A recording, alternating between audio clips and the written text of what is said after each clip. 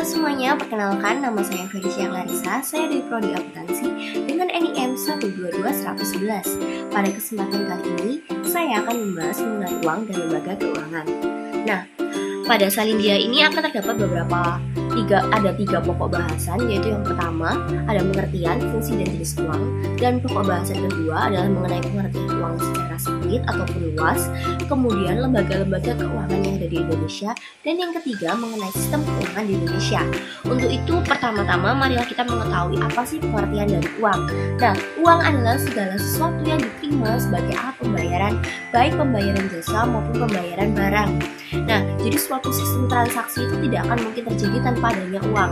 Kemudian syarat-syarat uang agar dapat berfungsi sebagaimana mestinya ada 6 syarat, yaitu diterima secara umum, kemudian nilainya stabil, karena apabila nilainya tidak stabil itu akan merugikan perekonomian.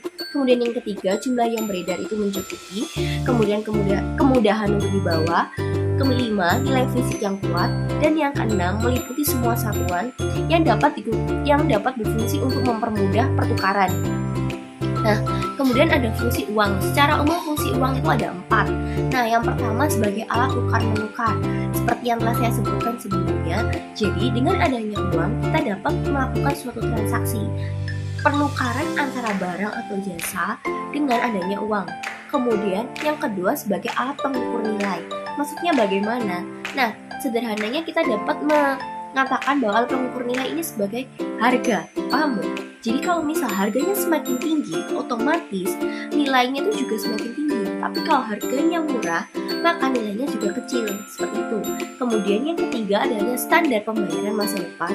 Dan fungsi yang keempat, alat penghibur kekayaan atau daya beli.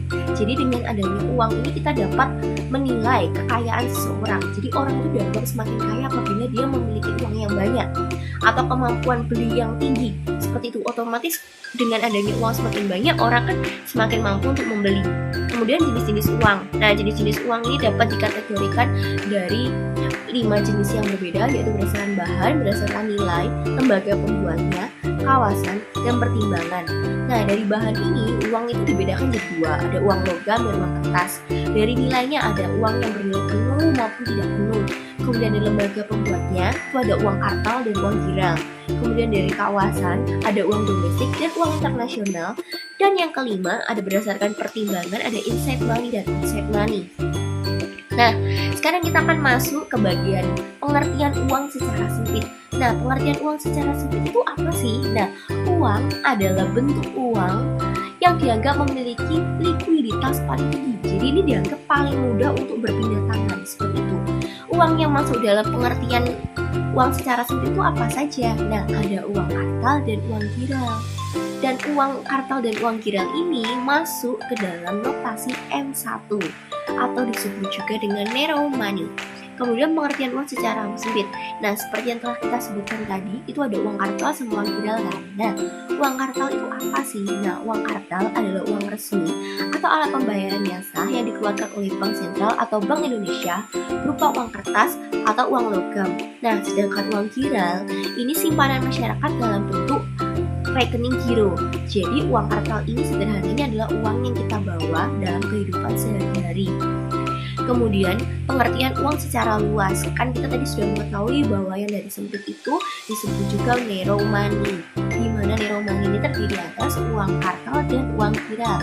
Sedangkan kalau secara luas ini akan dibagi menjadi 2 kelompok, yaitu kelompok 1 dan kelompok 2, di mana kelompok 1 ini merupakan narrow money atau M1 tadi yang kita pelajari, yaitu uang giral dan uang kartal, ditambah dengan rekening tabungan dan rekening deposito, di mana ini semua akan diberi notasi M2.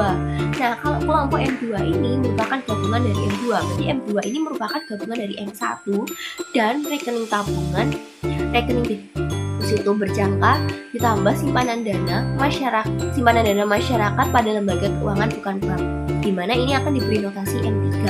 Nah, pengklasifikasian 2 kelompok ini berdasarkan atas tingkat likuiditas dari masing-masing komponen uang.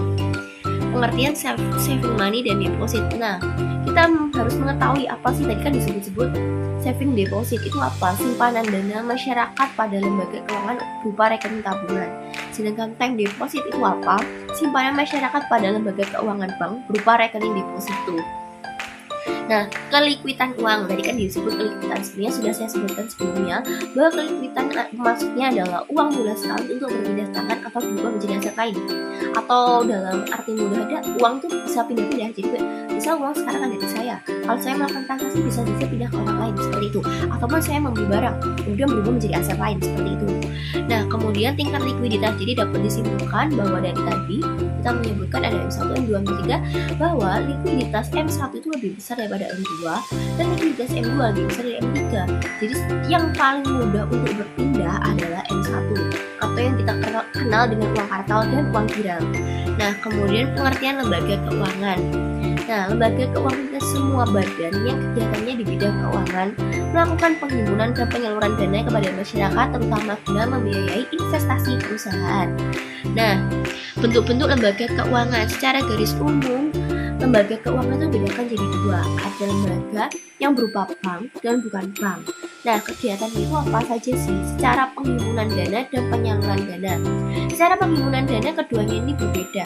Nah, kalau bank ini bisa langsung melakukan secara langsung dan tidak langsung, sedangkan kalau bukan bank itu melakukannya secara tidak langsung. Untuk lebih detailnya bisa dibaca pada dia berikut ini. Kemudian penyaluran dana. Nah, pada bank ini ada tujuannya untuk menggalang kerja, investasi, dan konsumsi. Terus kemudian ada juga kepada badan usaha dan individu untuk jangka pendek, menengah, dan panjang. Sedangkan untuk lembaga bukan bank ini terutama untuk tujuan investasi, terutama pada badan usaha, terutama untuk jangka menengah dan panjang. Sudah tampak jelas kan perbedaannya? Nah, kemudian sistem keuangan di Indonesia. Nah, sistem keuangan di Indonesia ini ada sistem moneter dan perbankan dan Bank Indonesia. Mungkin apa yang dapat saya sampaikan cukup di sini saja. Atas kurang lebihnya saya mengucapkan